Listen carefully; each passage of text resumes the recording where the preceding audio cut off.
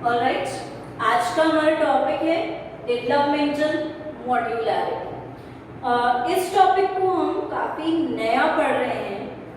तो डेवलपमेंट का मतलब सबको पता होता है, ग्रोथ, एम्ब्रियो स्टेज से एक न्यू बॉर्न बेबी तक की ग्रोथ को हम डेवलपमेंट कहते हैं। लेकिन उसके बाद की ग्रोथ को भी क्या हम डेवलपमेंट बोलेंगे? तो ऑफ कोर्स हम बोलेंगे वहाँ पे भी डेवलपमेंट प्रोसेस तो चलेगा। ठीक है, चीज़ें डेवलप हो रही, क्योंकि बोन्स पहले सॉफ्ट होती है, धीरे धीरे बोन्स स्टिफ होने लगती हैं। सो इस तरह से डेवलपमेंट ग्रोथ है एक तरह से। ठीक है, पैटर्न्स में हम बोल सकते हैं इंक्रीजिंग ऑर्डर आ रहा है तो डेवलपमेंट हो रहा है, राइट। अब मॉड्यूलैरिटी की अगर हम बात करते हैं तो मॉड्यूलैरिटी वर्ड हमारा आया है मॉड्यूल से, राइट। मॉड्यूल से मॉड्यूलैरिटी वर्ड आता है। एंड जब हम मॉड्यूल की बात करते हैं तो मॉड्यूल क्या होता है कि जैसे सपोज हम बात करें तो एम्ब्रियो जो है हमारा, उसका फॉर्मेशन किसके बेसिस पर हो रहा है? मॉड्यूल्स के बेसिस पर हो रहा है, राइट। दैट मीन्स वहां पर हम बात करेंगे कि डिफरेंट मॉड्यूल्स एक साथ कंबाइन होकर एम्ब्रियो के डेवलपमेंट को प्रोसीड कर रहे हैं। जैसे अगर हम बोलते हैं कि डिस्क्रीट एंड इंटरनल मॉड्यूल्स वहां प्रेजेंट है, right.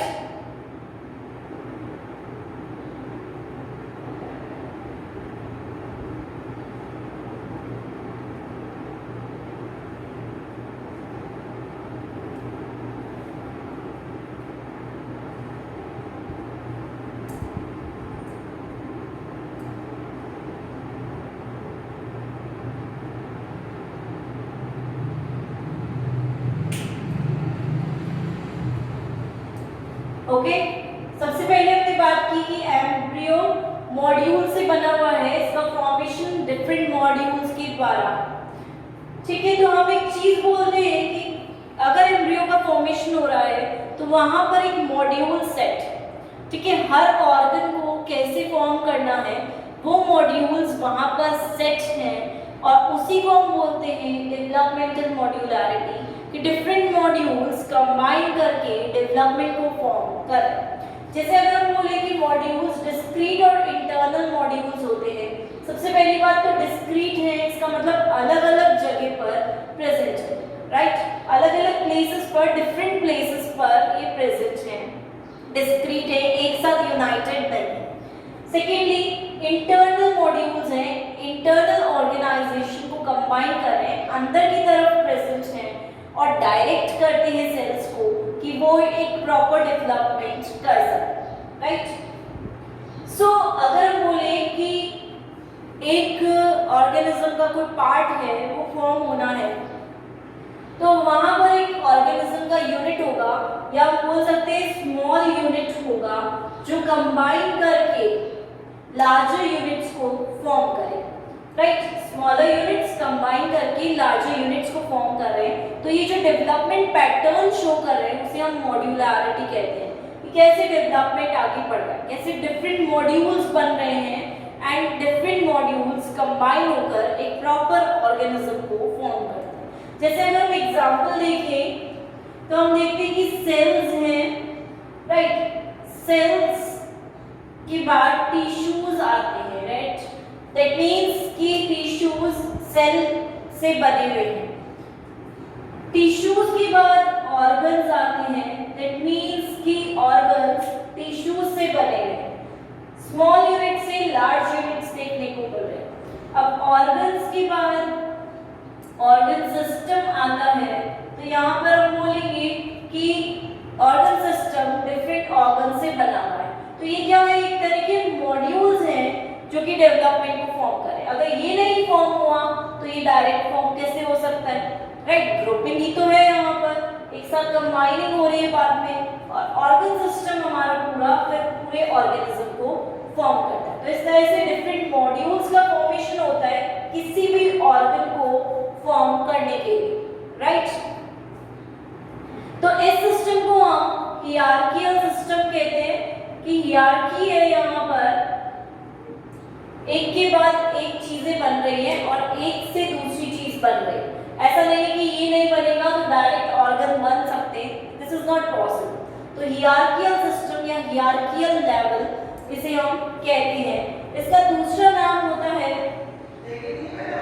Level interacted modularity array, right. That means अलग अलग लेवल पर ये मॉड्यूलैरिटी एरेज हैं जो इंटरैक्ट कर रहे हैं, राइट। तो हम इसको बोलते हैं लेवल इंटरैक्टेड मॉड्यूलैरिटी एरेज। सो इस तरह से हम क्लियर करते हैं इस चीज को कि मॉड्यूल्स होते क्या हैं और किस तरह से मॉड्यूल्स का फॉर्मेशन होना चाहिए। सेकेंडली हम बोलते हैं कि डिफरेंट मॉड्यूल्स अलग अलग लेवल पर हो सकते हैं, जैसे मॉर्फोजेनेटिक फील्ड्स, सेकेंडली हम बोलते हैं पाथवेज, इमेजिनल डिस्क्स, ये क्या होती है अभी हम देख लेंगे कि ये सब चीजें हैं क्या, सेल लाइनेजेस, इंसेक्ट के पैरासेगमेंट्स,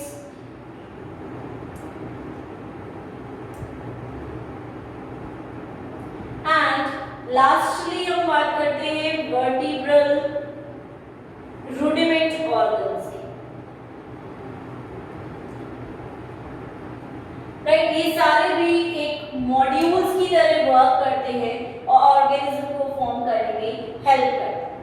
जब हम मॉर्फोजेनेटिक फील्ड्स की बात करते हैं तो यहाँ हम आई, ईयर, नोज इनकी बात करते हैं कि यहाँ पर जो मॉर्फोजन है या जो मॉर्फोजेनेसिस है, आउटर स्ट्रक्चर है, एक्सटर्नल स्ट्रक्चर्स है, उनको फॉर्म करने के लिए कुछ फील्ड्स वहां पर बनती हैं, ठीक है। वो भी मॉड्यूल की तरह का वर्क करेगी, फंक्शन करेगी। बिकॉज आई के लिए अलग फील्ड बनेगी तो वो मॉड्यूल अलग हो गया, ईयर के लिए अलग मॉर्फोजेनेटिक फील्ड बनेगी क्योंकि उसका स्ट्रक्चर डिफरेंट है, नोज के लिए अलग मॉर्फोजेनेटिक फील्ड बनेगी क्योंकि इसका भी स्ट्रक्चर डिफरेंट है।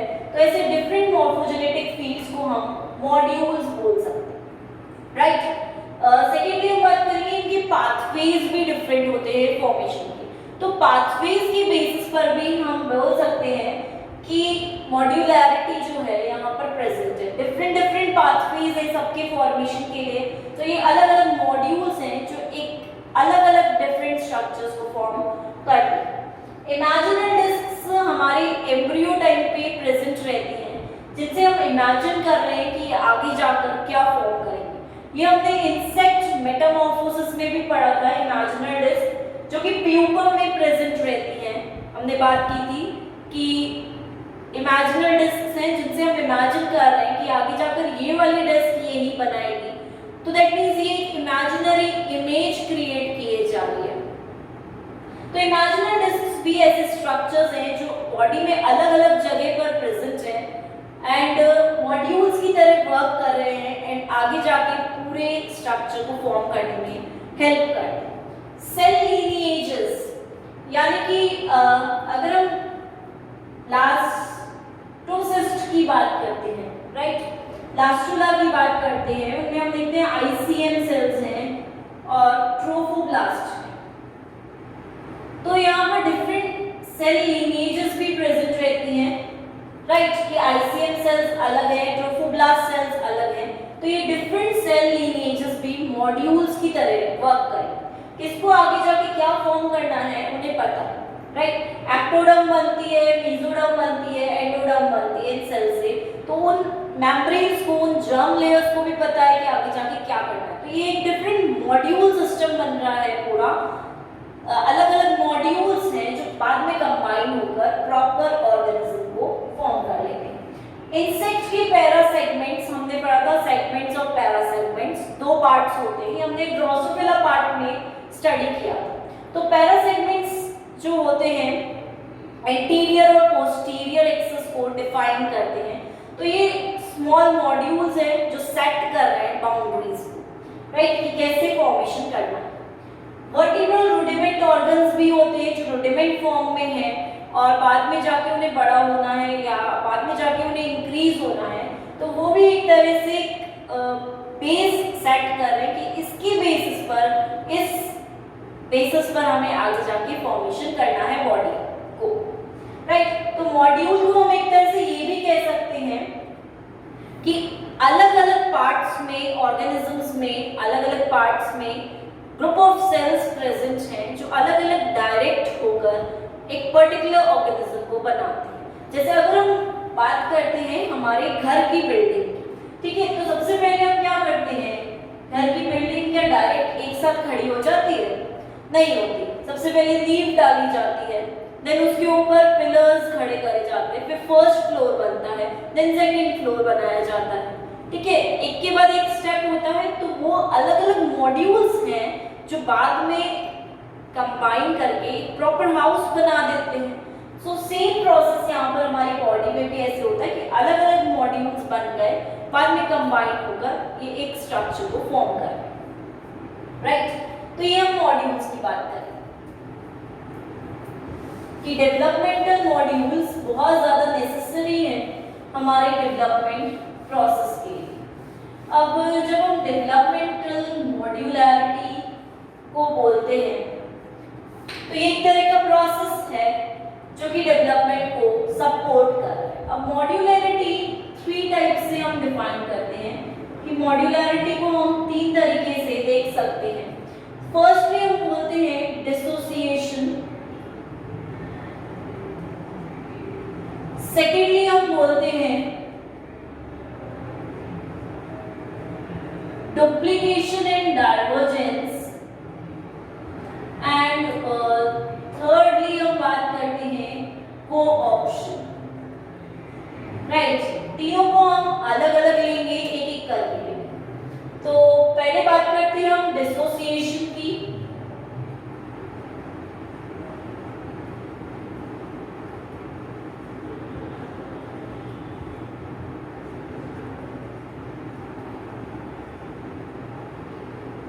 हेट्रोक्रोनी एंड एलोमेट्री। सबसे फर्स्टली डिसोसिएशन क्या होता है? सेल्स का अलग होना, यानी कि हम ये भी बोलते हैं कि सारे सेल्स जो हैं वो एक साथ कंबाइन होकर स्ट्रक्चर्स को नहीं फॉर्म कर सकते। दैट मीन्स अगर हम न्यूरल सेल्स को, राइट, अगर हम न्यूरल सेल्स को डेवलपमेंट स्टेज में रिमूव कर देते हैं तो हमारा रेस्पिरेटरी सिस्टम पे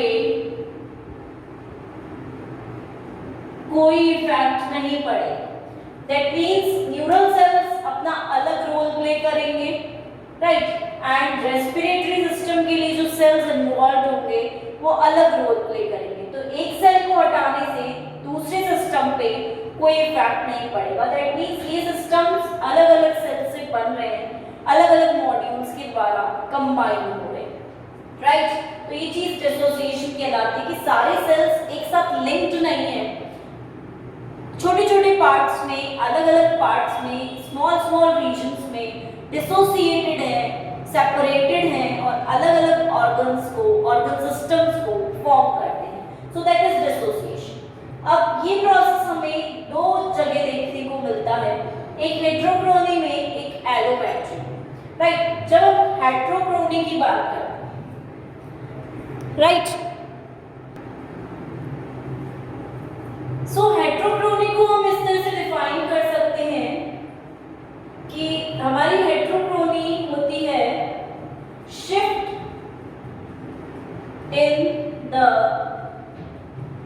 टाइमिंग ऑफ डेवलपमेंट, राइट, कि जो डेवलपमेंट है उसकी टाइमिंग में शिफ्ट हो रहा है, that is heterochrony, right. Heterochrony को हम 2 पार्ट्स में डिवाइड करते हैं।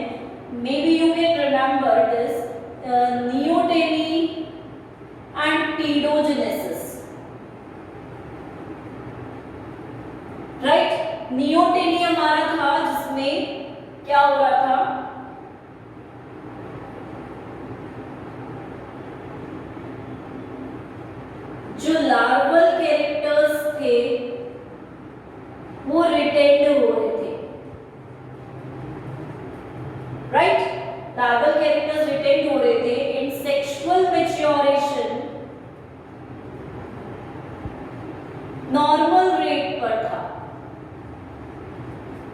वहीं पीडोजेनेसिस में हम बात करते हैं तो सेक्सुअल मैच्योरिटी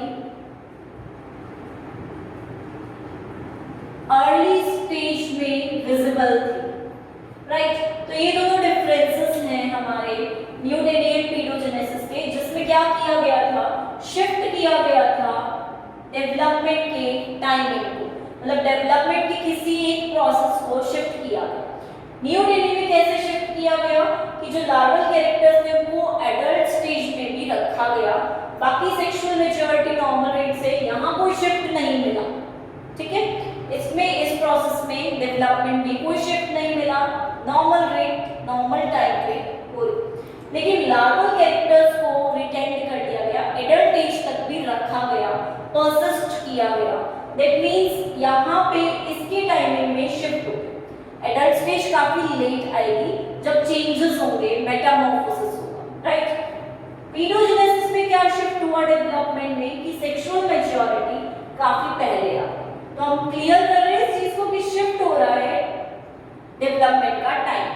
और मोस्ट प्रोबेबली ये हमें सैलिमेंडर्स में देखने को मिलती है, राइट। क्योंकि क्यों मिलती है, क्योंकि उन्हें नॉर्मल एनवायरनमेंट नहीं मिल पाता, या उनके सेल्स जो होते हैं वो रिसीव नहीं कर पाते, ठीक है, वो हार्मोन्स को या मेटामॉर्फोसिस के लिए जो फैक्टर्स रिस्पॉन्सिबल होते हैं उनको रिसीव नहीं कर पाते, इसलिए वहां मेटामॉर्फोसिस ना होकर नियोटेनी होती है। एंड सैलिमेंडर्स में काफी ज्यादा देखने को मिलती है। सेकेंडली एम्फीबियंस में भी ये चीज ऑब्जर्व की जाए। पीडोजेनेसिस प्रोसेस हमें देखने को मिलता है मोस्ट प्रोबेबली इंसेक्ट्स के अंदर, राइट। तो हम बोल रहे हैं कि इंट्रोक्रोनी शिफ्ट है टाइमिंग ऑफ डेवलपमेंट में, तो यहाँ मॉड्यूलैरिटी पैटर्न डिफरेंट किया जाता है। और शिफ्ट अगर एक प्रोसेस में हो जाता है तो क्योंकि हम बोल रहे डिसोसिएटेड है सारे सेल्स, तो दूसरे प्रोसेस को कोई इफेक्ट नहीं पड़ना चाहिए। जैसा हमने यहाँ पर देखा कि लार्वल कैरेक्टर्स रिटेंड हो रहे, रखे जा रहे, लेकिन सेक्सुअल मैच्योरेशन पर कोई उसका इफेक्ट नहीं, ठीक है, वो कहीं से उसे डिस्टर्ब नहीं कर। सो ये शिफ्ट क्यों हो सकता है, इसके पीछे हेटेरोक्रोनी के पीछे दो रीजंस हो सकते हैं।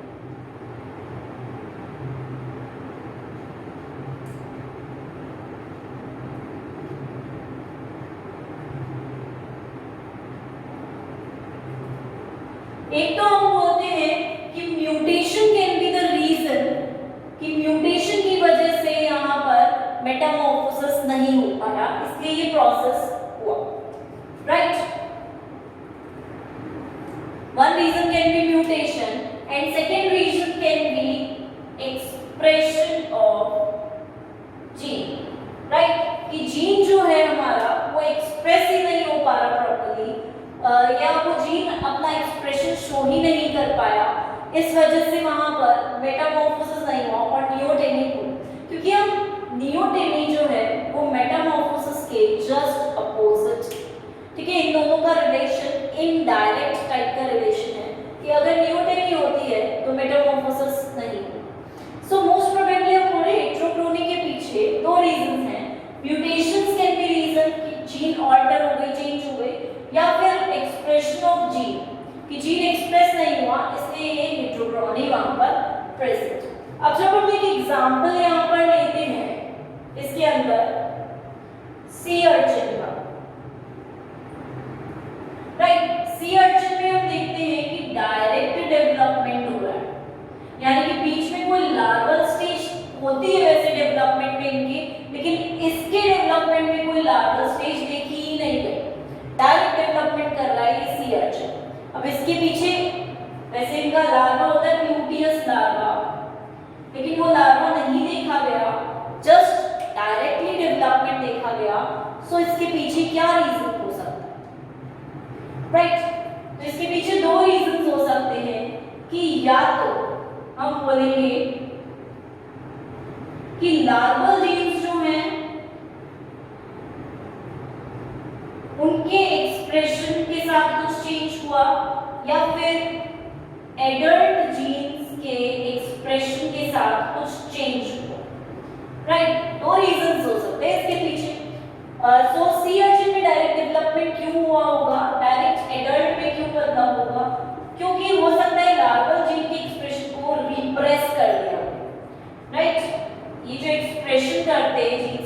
उसको रिप्रेस कर दिया गया हो, उसे वहीं स्टॉप कर दिया गया हो। एंड एडल्ट जीन्स के एक्सप्रेशन को हो सकता है एक्टिवेट कर दिया गया हो, और इस एक्टिवेशन के कारण, ठीक है, यहाँ पे क्योंकि एक्टिवेट हुए ये जीन्स, तो इस एक्टिवेशन के कारण वो डायरेक्ट एडल्ट में कन्वर्ट हो गया होगा। तो इस तरह से हम हेटेरोक्रोनी को डिफाइन करते हैं। सेकेंडली हम बात करते हैं यहाँ पर एलोमेट्री।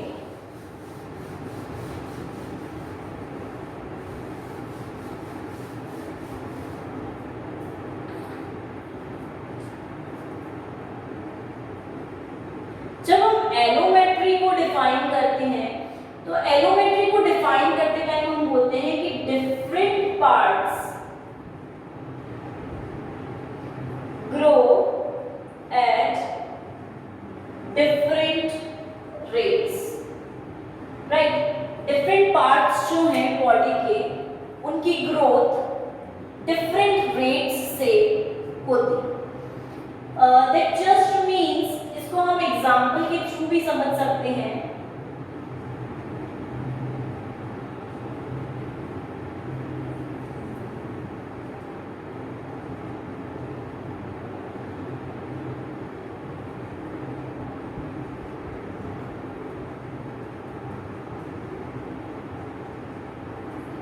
राइट, ऐसा क्यों हो रहा है? पहली चीज तो हम ये देखते हैं कि different parts different growth rate क्यों शो कर रहे हैं, बिकॉज वहां पे जो ग्रोथ फैक्टर प्रेजेंस है, ठीक है, ग्रोथ फैक्टर के कारण ग्रोथ होगी, ये चीज हमें क्लियर है।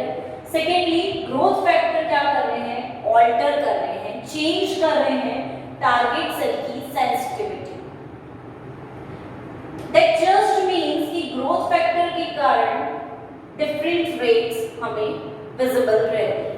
जैसे इसका एक फर्स्ट एग्जांपल हम लेते हैं हॉर्स में, हॉर्स टो में, राइट। यहाँ पे जो कॉन्ड्रोसाइट्स होते हैं, उनमें कई बार क्या होता है, ग्रोथ फैक्टर्स जो होते हैं वो कंबाइन हो जाते हैं। जीएक्स कर सकते हैं मैंने ग्रोथ फैक्टर, राइट। और जो मिडिल टो होता है वो 1.4 टाइम्स ज्यादा ग्रो करता है as compare to side toes. और इसमें हम देख रहे हैं कॉन्ड्रोसाइट सेल्स के अंदर ग्रोथ फैक्टर एक्टिवेट हुआ, मिडिल टो जो है, राइट, मिडिल टो 1.4 टाइम्स ज्यादा ग्रो कर रहा है as compare to side toes, side toes के कंपैरिजन। सो यहाँ हमें क्लियरली ये चीज विजिबल हो रही है कि क्योंकि मिडिल टो ज्यादा ग्रो कर रहा है, तो कुछ टाइम बाद जब हम देखेंगे कॉन्ड्रोसाइट्स ग्रो ज्यादा कर रहे हैं, तो जब हम डेवलपमेंट पूरा देखेंगे तो हम ये देखेंगे कि जो 5 टोड हॉर्स था उसमें कन्वर्ट हो गया वो 1 टोड हॉर्स, राइट। मतलब कहाँ इसमें हमने देखा कि 5 फिंगर्स 5 टोज देखने को मिल रही थी, लेकिन बाद में वो हूफ जैसे स्ट्रक्चर में कन्वर्ट होकर 1 टोड हॉर्स थे। क्यों हुआ? क्योंकि ग्रोथ फैक्टर्स जो हैं कॉन्ड्रोसाइट्स में मिडिल टो पे ज्यादा फंक्शन करें, उसकी ग्रोथ ज्यादा हुई, तो स्ट्रक्चर हमें फिर इस तरह का कुछ देखने को मिला, राइट। तो बीच में से हमें ज्यादा ग्रोथ ऑब्जर्व। वहीं सेकेंड एग्जांपल हम एलोमेट्री का लेते हैं। क्लियर हो गया कि डिफरेंट पार्ट्स डिफरेंट रेट्स पर ग्रो कर रहे हैं, ठीक है। सेकेंड एग्जांपल है हमारे व्हेल का।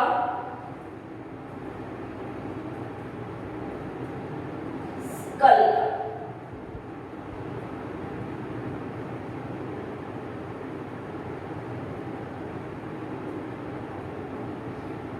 व्हेल में स्कल डेवलपमेंट का पैटर्न भी कुछ इस तरह से डिपेंड करता है, राइट। लाइक सबसे पहले अगर हम बात करेंगे डेवलपमेंट के टाइम पे 4 to 5 mm इसकी साइज हो जाती है व्हेल की। उस टाइम पे नोज जो है, या आप बोल सकते हैं नॉस्ट्रल्स जो है, वो मिडिल पोर्शन में ही रहते हैं, राइट। लेकिन जैसे जैसे बाद में स्कल डेवलपमेंट होने लगता है, तो स्कल डेवलपमेंट क्योंकि ज्यादा हो रहा है, ग्रेटर रेट से हो रहा है, तो mental mandibles and maxilla bones जो होंगी वो भी क्या करेंगी, डेवलप होंगी। और जॉ बोन्स कहलाती हैं ये, तो ये भी इजीली यहाँ पर डेवलप्ड होने लगे। ठीक है, इनके डेवलपमेंट के कारण क्या होगा, ये जो नॉस्ट्रल का मिडिल पोर्शन पे था इसकी पोजीशन चेंज हो जाए, राइट, क्योंकि बहुत ज्यादा डेवलपमेंट हो रहा है तो इस नॉस्ट्रल की मिडिल पोजीशन काफी हद तक चेंज हो जाएगी। और बाद में फिर हम बोलते हैं कि इस पोजीशन के चेंज होने से सरफेस के थ्रू सरफेस से टच कर देंगे नॉस्ट्रल्स और सरफेस के थ्रू ये इजीली रेस्पिरेशन प्रोसेस को कंप्लीट कर पाते हैं, राइट। दैट जस्ट मींस कि क्योंकि स्कल डेवलपमेंट ज्यादा है, इस पार्ट की ग्रोथ ज्यादा है, ग्रोथ फैक्टर्स के कारण, तो जो नॉस्ट्रल पार्ट है, नोज पार्ट है, नेजल पैसेज है, वो शिफ्ट हो जाता है। शिफ्ट होने के कारण रीजन क्या है उसका कि सर बोन्स जो हैं वो बहुत हाई रेट से ग्रो कर रहे हैं, ग्रोथ ज्यादा है वहां पर, इसलिए फिर इजीली बाद में ये हेल्प करती हैं सरफेस के थ्रू रेस्पिरेशन करने में। तो इस तरह से दो एग्जांपल्स हमने देखे एलोमेट्री के। एक और एग्जांपल जो हम एलोमेट्री का देखते हैं वो काफी इंटरेस्टिंग सा है।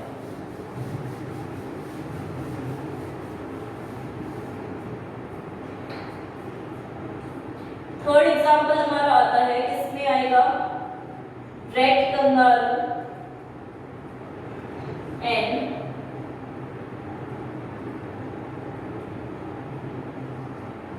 पॉकेट ग्रॉफर्स।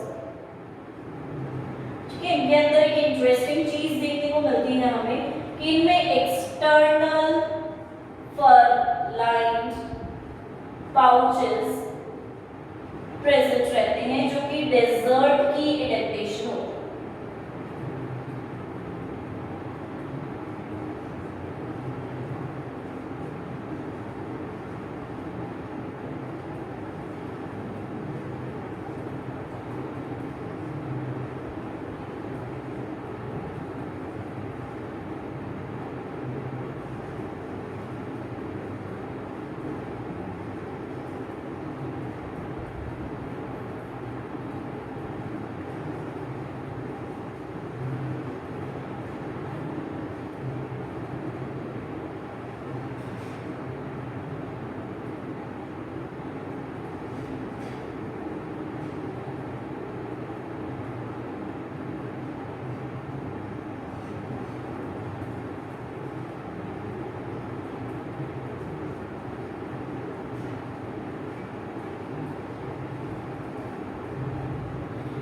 यहाँ पर हम देखते हैं कि डिसोसिएशन के कारण एलोमेट्री में डिफरेंट रेट से कैसे ग्रो करते हैं, ये चीज देखते हैं। रेड कंगारू और पॉकेट ग्रॉफर्स में हमें एक स्ट्रक्चर देखने को मिलता है नेक के आसपास, जो नेक रीजन होता है उसके आसपास एक स्ट्रक्चर देखने को मिलता है जो कि होता है एक्सटर्नल फर लाइन्ड पाउचेस। ठीक है, इनमें एक्सटर्नल पाउचेस प्रेजेंट होते हैं नेक के आसपास, नेक रीजन के पास में, जैसे हम बोलते हैं एक्सटर्नल फर लाइन्ड पॉकेट्स।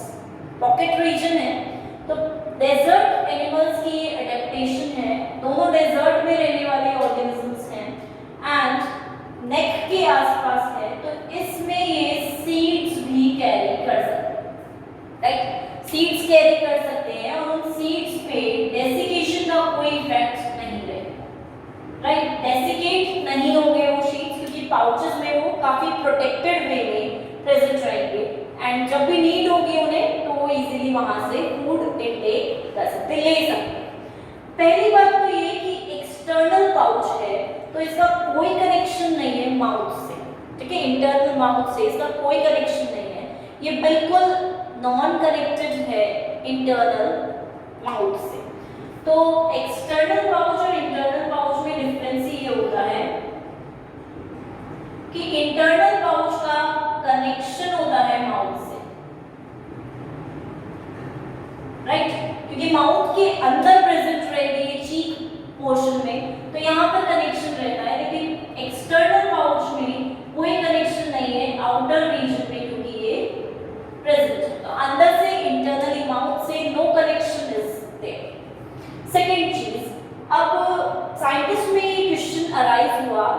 कि एक्सटर्नल और इंटरनल पाउचेस में काफ़ी डिफरेंस है, दोनों कनेक्टेड भी नहीं है और ऑर्गेनिजम्स में प्रेजेंट भी रहते हैं। तो उन्होंने क्या किया, डेवलपमेंट के टाइम पर प्रोसेस को देखने के लिए टीएस काटा एंड फिर प्रोसेस को ऑब्जर्व किया। तो उन्होंने क्या देखा कि इंटरनल जो है उसमें तो क्या होता है, इंटरनल पाउचेस में जो चीक मेसेनकाइम या चीक एपिथेलियम सेल्स हैं वो सारे इंटरनली अंदर की तरफ पाउच लाइक स्ट्रक्चर बनाते हैं और वहीं पर चीक वाले पोर्शन में प्रेजेंट रह जाते हैं, राइट।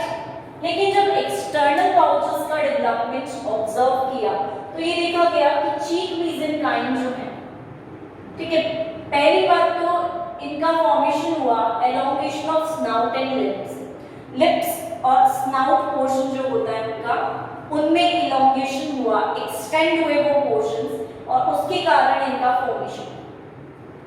सेकेंडली जो चीक मेसेनकाइम थी या चीक एपिथेलियम लेयर थी वो पूरी तरह जैसे इंटरनल पाउचेस में फॉर्मेशन कर रही थी वैसे ही अंदर की तरफ इवेजिनेटेड हो रहे थे, ठीक है।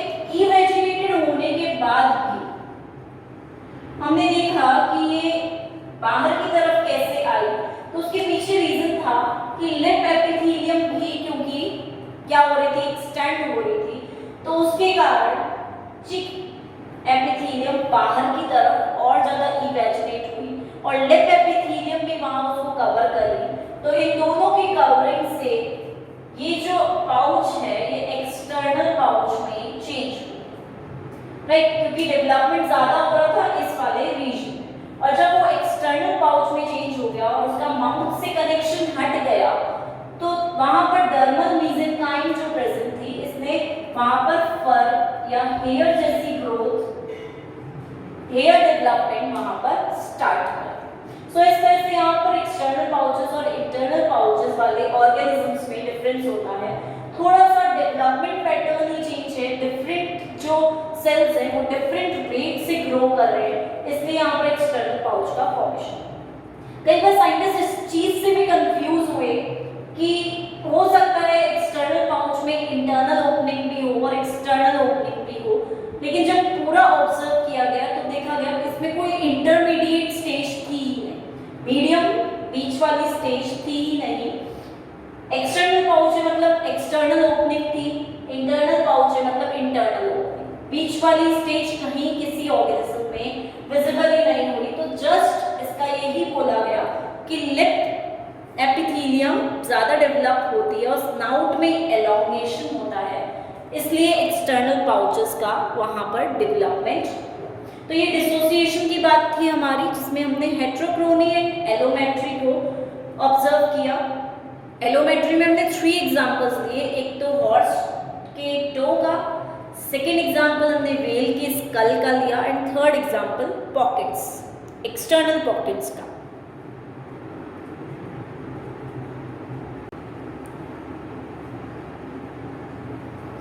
ऑलराइट, डेवलपमेंटल मॉड्यूलैरिटी की हमने बात की थी। फर्स्ट प्रोसेस हमने डिसोसिएशन देखा था, जो कि हेट्रोक्रोनी एंड एलोमेट्री 2 टाइप के प्रोसेसेस में विजिबल था। सेकेंड प्रोसेस हमारा आता है डुप्लीकेशन एंड डाइवर्जेंस। सबसे पहले हम डुप्लीकेशन की बात करते हैं। डुप्लीकेशन का मतलब होता है formation of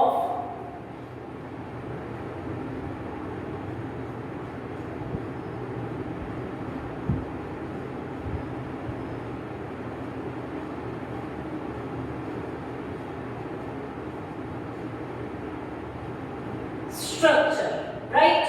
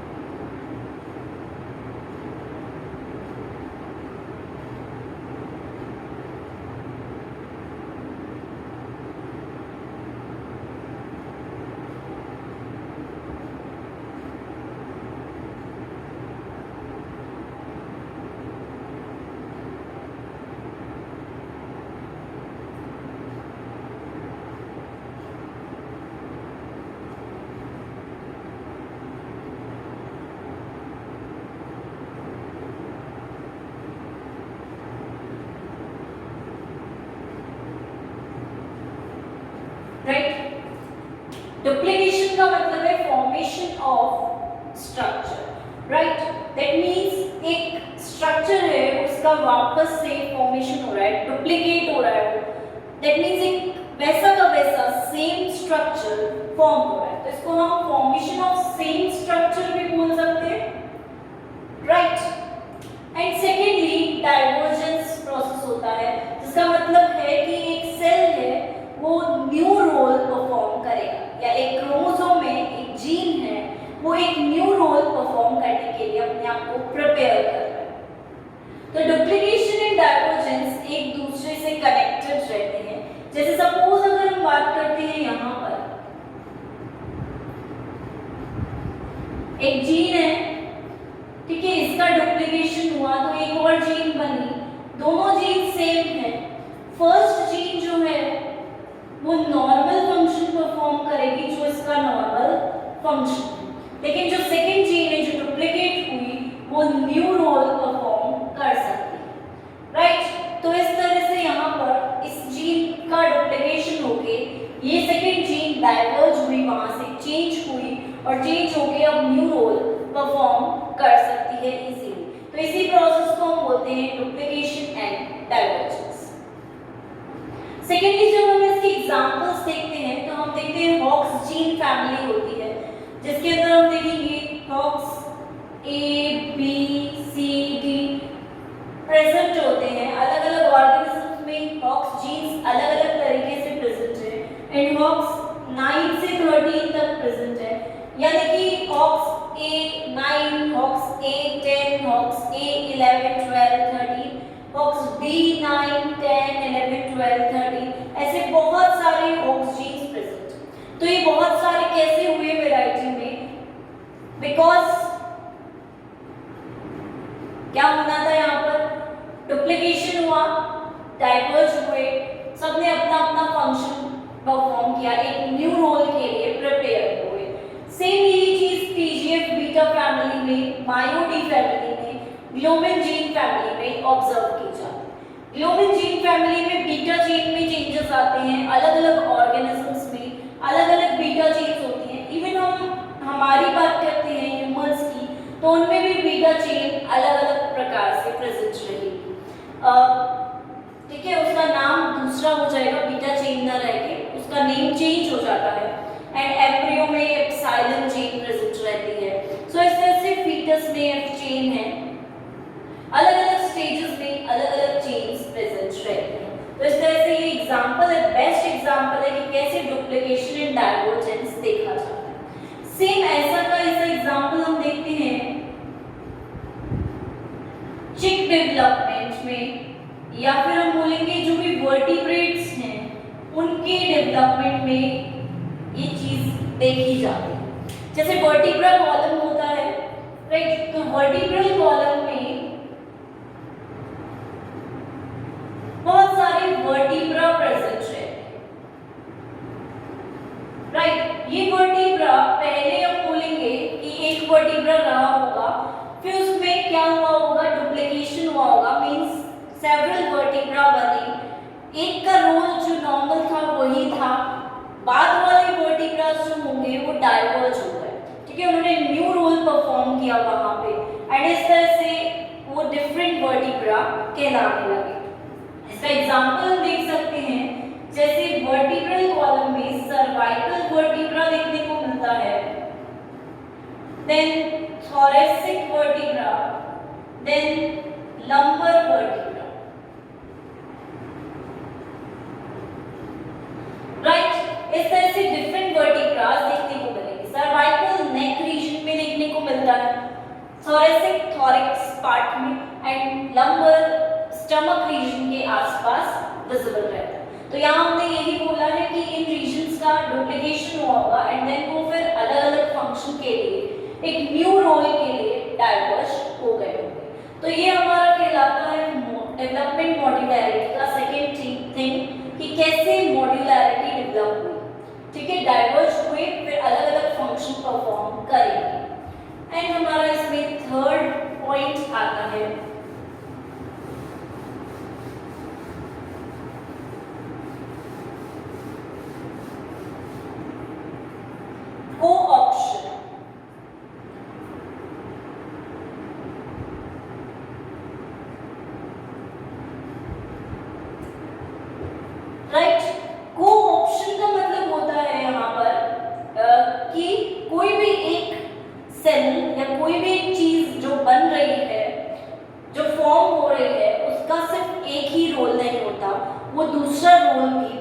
कर सकता है।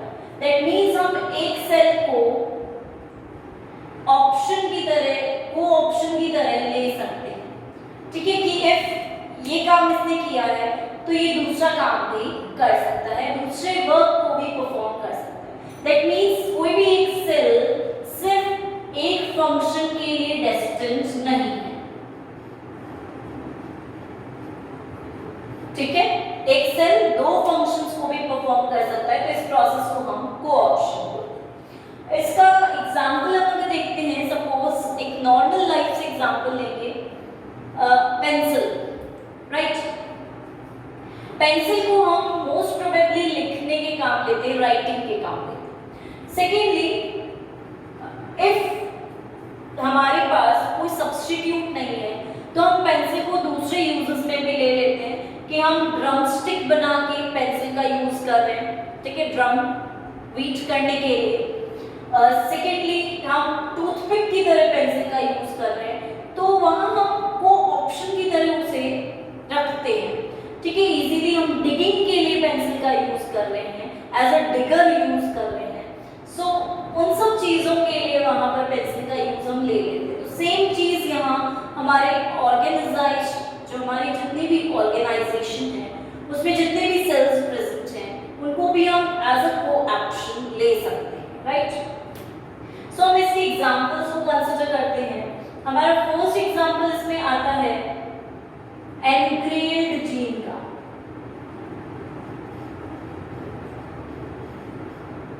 नॉर्मली जब हम बात करते हैं एनग्रेल्ड जीन की, तो हमने पैरासेगमेंट्स में पढ़ा था एनग्रेल्ड जीन प्रेजेंट रहती है, राइट। तो एनग्रेल्ड जीन का नॉर्मल फंक्शन होता है ड्रोसोफिला में डेवलपमेंट का,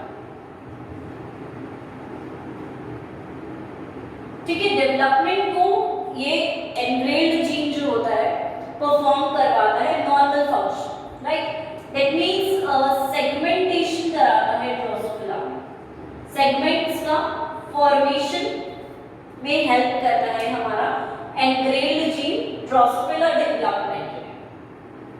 सेकेंडली, जब हम इसी जीन की बात करते हैं तो सेकेंड फंक्शन इसका ये भी रहता है, एज अ को-ऑप्शन भी ये काम आ सकता है। जैसे सपोज हम देख रहे हैं कुछ न्यूरॉन्स हैं,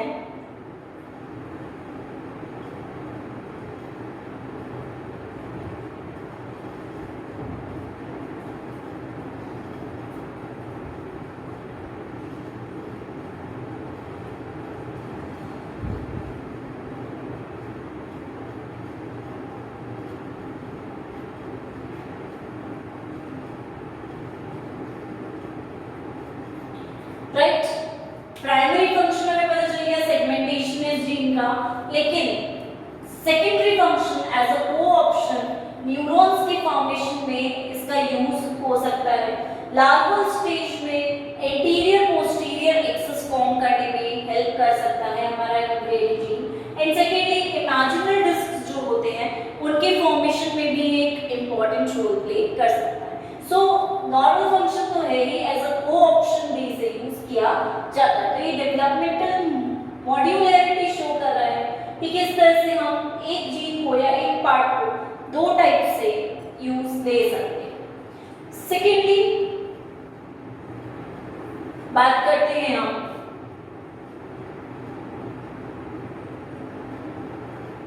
इनोलेज की, या फिर इसे हम अल्कोहल डिहाइड्रोजनेज भी बोलते हैं।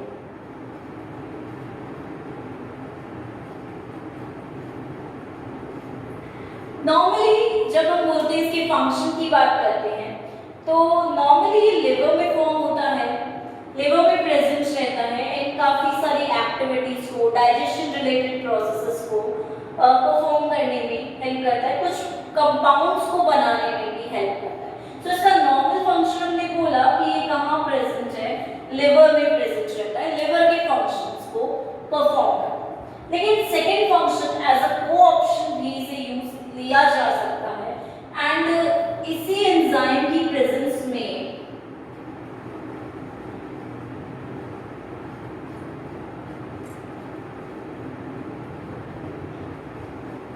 आईज में जो लेंस प्रेजेंट होता है उसमें क्रिस्टलाइन प्रोटीन प्रेजेंट होता है। तो इसके कारण उस क्रिस्टलाइन प्रोटीन का भी फॉर्मेशन पॉसिबल हो सकता है। That just means that we are saying कि यहाँ पर इनोलेज नॉर्मल फंक्शन लेवल पे परफॉर्म कर रहा है, लेकिन एज अ को ऑप्शन, कि हमने बोला कोई भी सेल एक फंक्शन के लिए डेस्टिन्ड नहीं है, वो दूसरा फंक्शन भी परफॉर्म कर सकते हैं जब भी नीड होगी, जब भी वहां पर उसे नीड होगी सेल को, बॉडी को, ऑर्गेनाइजेशन को, तो वो सेकेंड फंक्शन भी परफॉर्म करेंगे। सो क्रिस्टलाइन प्रोटीन फॉर्म करने के लिए हेल्प करेगा। तो फर्स्ट एग्जांपल देखा हमने एनग्रेल्ड जीन का, सेकेंड एग्जांपल देखा हमने इनोलेज एंजाइम का, कि किस तरह से वो डिफरेंट फंक्शंस को कर। थर्डली हम देखते हैं पाथवे से बात करेंगे, पाथवे रिलेटेड बात।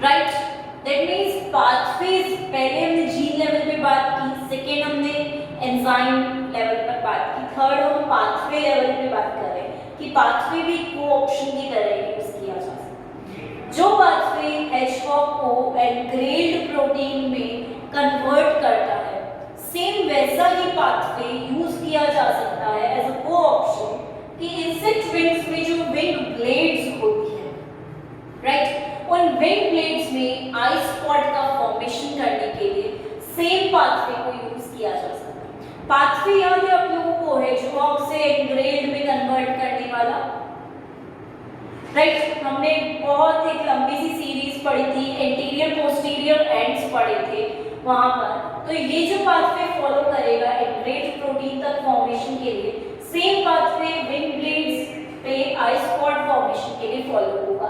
तो एज अ को ऑप्शन हमने किसे रखा है यहाँ पर, पाथवे, राइट, पाथवे वहां को ऑप्शन की तरह यूज किया जाता है।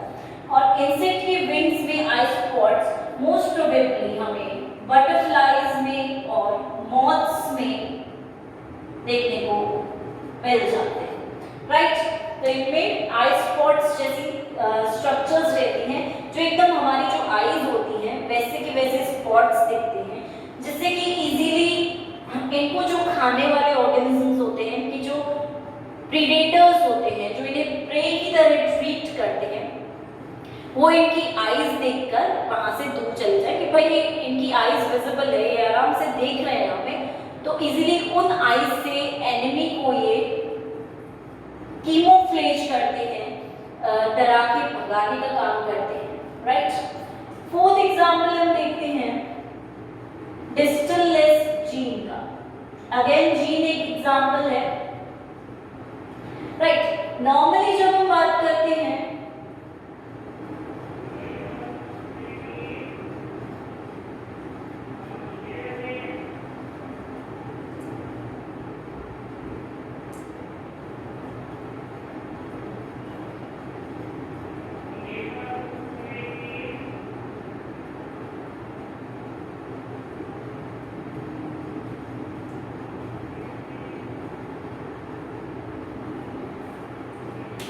नॉर्मली डिस्टल-लेस जीन है, दैट मींस ये डिस्टल स्ट्रक्चर्स को फॉर्म करने में हेल्प करेगी, राइट, क्योंकि डिस्टल-लेस जीन इसका नाम रिवर्स म्यूटेशन के बेसिस पर रखा गया है। बट एक को ऑप्शन की तरह भी ये जीन वर्क करती है, जो विंग इमेजिनल डिस्क है उसको तो एक्सटेंड कर ही रही है, राइट, एक्सटेंड करने का कार्य कर रही है इसको विंग की जो इमेजिनल डिस्क है। इमेजिनल डिस्क कहाँ प्रेजेंट रहेगी, प्यूपर स्टेज में।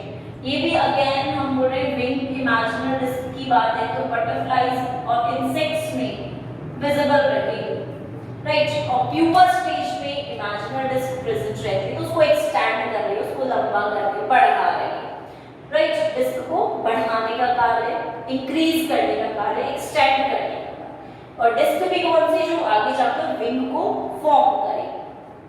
सेकेंडली ये क्या कर रही है, विंग में ही, विंग स्ट्रक्चर में ही बीच में सेंटर में आई स्पॉट बना रही है, यानी कि जो विंग ब्लेड्स हैं उनके बीच में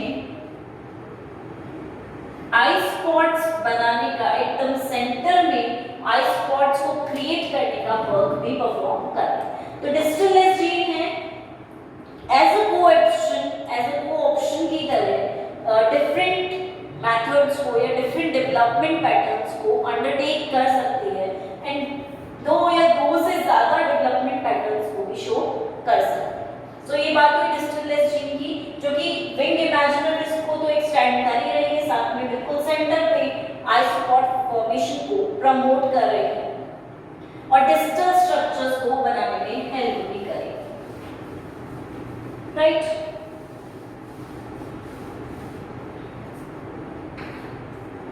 फिफ्थ एग्जाम्पल हम देखते हैं,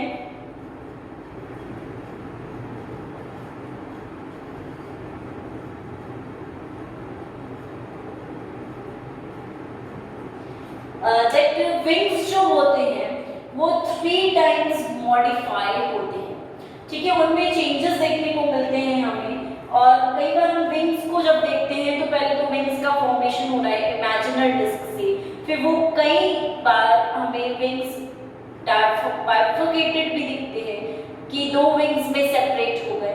कई बार विंग्स में हमें वेन्स भी देखने को मिलती है, बहुत सारी, बहुत ज़्यादा स्ट्रक्चर कॉम्प्लेक्स भी देखने को मिलता है।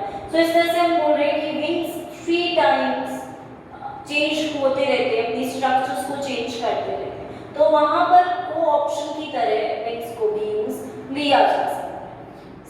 सेकेंडली नेक्स्ट एग्जाम्पल में हम जब जाएंगे तो कुछ ऑर्गेनिजम्स में जो लिम्स हैं, राइट, उन लिम्स को वॉकिंग की तरह यूज किया जाता है, ठीक है, लेकिन धीरे धीरे जैसे जैसे डेवलपमेंट हो रहा है, पैटर्न्स चेंज हो रहे हैं, तो इन लिम्स को वॉकिंग की जगह पे को-ऑप्शन की तरह भी यूज किया जाता है। जैसे फ्लाइंग में इन्हीं विंग्स का यूज, जो 4 विंग्स होते हैं वो ही तो मॉडिफाई हो रहे हैं, 4 लिम्स जो थे इनके वो मॉडिफाई हो गए, विंग्स में कन्वर्ट हो गए। सो फ्लाइंग में को-ऑप्शन की तरह लिम्स को यूज लिया जाता है। सेकेंडली स्विमिंग में को-ऑप्शन की तरह विंग्स को या लिम्स को यूज किया जा सकता है। सो यहाँ पे ये भी एक तरह का को-ऑप्शन एग्जाम्पल है कि वॉकिंग तो कर ही रहे हैं, साथ में फ्लाई भी कर रहे हैं। जब हम बर्ड्स की बात करते हैं तो बर्ड्स में हम देखते हैं वॉकिंग तो लेग से हो रही है, लिम्स ही है वो भी, और फ्लाइंग भी हो रही है लिम्स से, वो भी लिम्ब भी है, फेदर्स भी एक तरह के एक्सटेंडेड मॉडिफाइड फॉर्म ही तो है।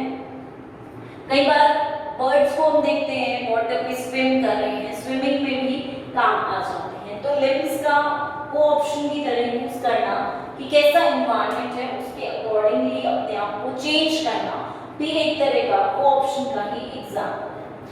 नेक्स्ट हम बात करते हैं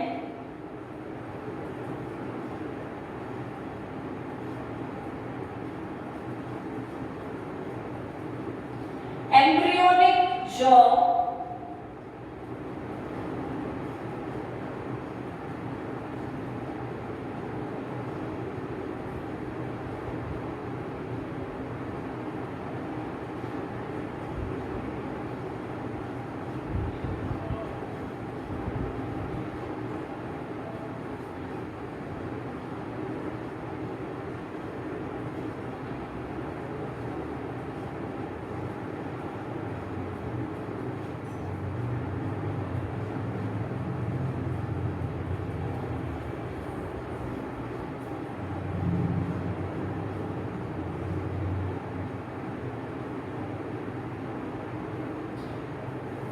एम्ब्रियोनिक जॉज जो होते हैं वो कई बार एज अ को-ऑप्शन वर्क करके मिडिल ईयर का फॉर्मेशन भी करते हैं, क्योंकि एम्ब्रियोनिक जॉ जैसे जैसे एक्सटेंड होता जाएगा, डेवलपमेंट करता जाएगा, साइज लार्ज करता जाएगा, वैसे वैसे मिडिल ईयर का फॉर्मेशन भी ये सपोर्ट करता जाएगा। इनमें जो जॉ में जो बोन्स होती हैं ये मिडिल ईयर में कन्वर्ट कर दी जाती हैं, को-ऑप्शन की तरह यूज है कि जॉ में भी यूज आ रही है, मिडिल ईयर इनका कन्वर्जन हो जाता है। जैसे हम देखते हैं कि एओर्टिक गिल आर्चेस जो हैं ये जॉलेस ऑर्गेनिजम्स में पाई जाती हैं, फिशेस में पाई जाती हैं, लेकिन जैसे ही डेवलपमेंट होगा तो इन गिल आर्चेस का डेवलपमेंट जॉ में हो जाता है, राइट? क्योंकि पहले तो जॉलेस थी इसलिए एओर्टिक गिल आर्चेस कहलाती थी, लेकिन जब उनका डेवलपमेंट हुआ, डेवलपमेंट पैटर्न के बाद ये कन्वर्ट हो गई किसमें? जॉ में, या हम बोल सकते हैं प्रेजेंस ऑफ जॉ वहां पर प्रेजेंट रहेगी। सो जॉ वाली फिशेस में, जॉ कंटेनिंग फिशेस में एओर्टिक गिल आर्चेस जॉ के अंदर जॉ लाइक स्ट्रक्चर्स में कन्वर्ट हो गए। नेक्स्ट इसी चीज को हम आगे अगर देखते हैं तो हम देखते हैं रेप्टिलियन जॉ बोन्स जो होती हैं, क्योंकि अब जॉ में कन्वर्ट हो चुकी हैं, तो reptilian jaw bones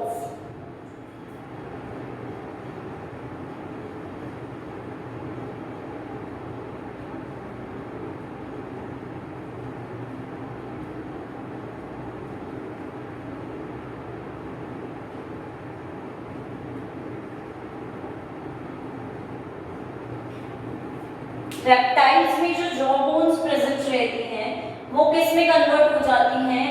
middle ear में कन्वर्ट हो जाती हैं, और मिडिल ईयर का ही ये पार्ट है मैलियस एंड इनकस। जैसे अगर हम ईयर की स्ट्रक्चर देखते हैं तो यहाँ पे इस तरह की स्ट्रक्चर आती है, ये तो यूस्टैकियन ट्यूब कहलाती है, राइट? यूस्टैकियन ट्यूब। एंड यहाँ पर कहीं, यहाँ पर बीच में ऐसे स्ट्रक्चर्स होते हैं, इनको ही हम बोलते हैं मैलियस एंड इनकस, राइट? तो मिडिल ईयर फॉर्म करने में रेप्टाइल्स की जॉ बोन्स हेल्प करती हैं, और मैलियस एंड इनकस को फॉर्म करती है मिडिल ईयर पार्ट में जो प्रेजेंट रहते हैं। और बोन्स जो रिस्पॉन्सिबल होती है वो यहाँ पर स्टिंगी करके बोन्स होती हैं, ये रिस्पॉन्सिबल होती हैं, और जॉ वाली बोन्स यहाँ पर क्या कर रही हैं? मिडिल ईयर को फॉर्म कर रही हैं। सो यहाँ पर एज अ को ऑप्शन यूज दिया जा रहा है कि मिडिल ईयर की बोन्स प्रेजेंट नहीं है तो इन्हें मिडिल ईयर बोन्स में कन्वर्ट कर दिया जाए। लास्टली हम बात करते हैं कैरापेस की।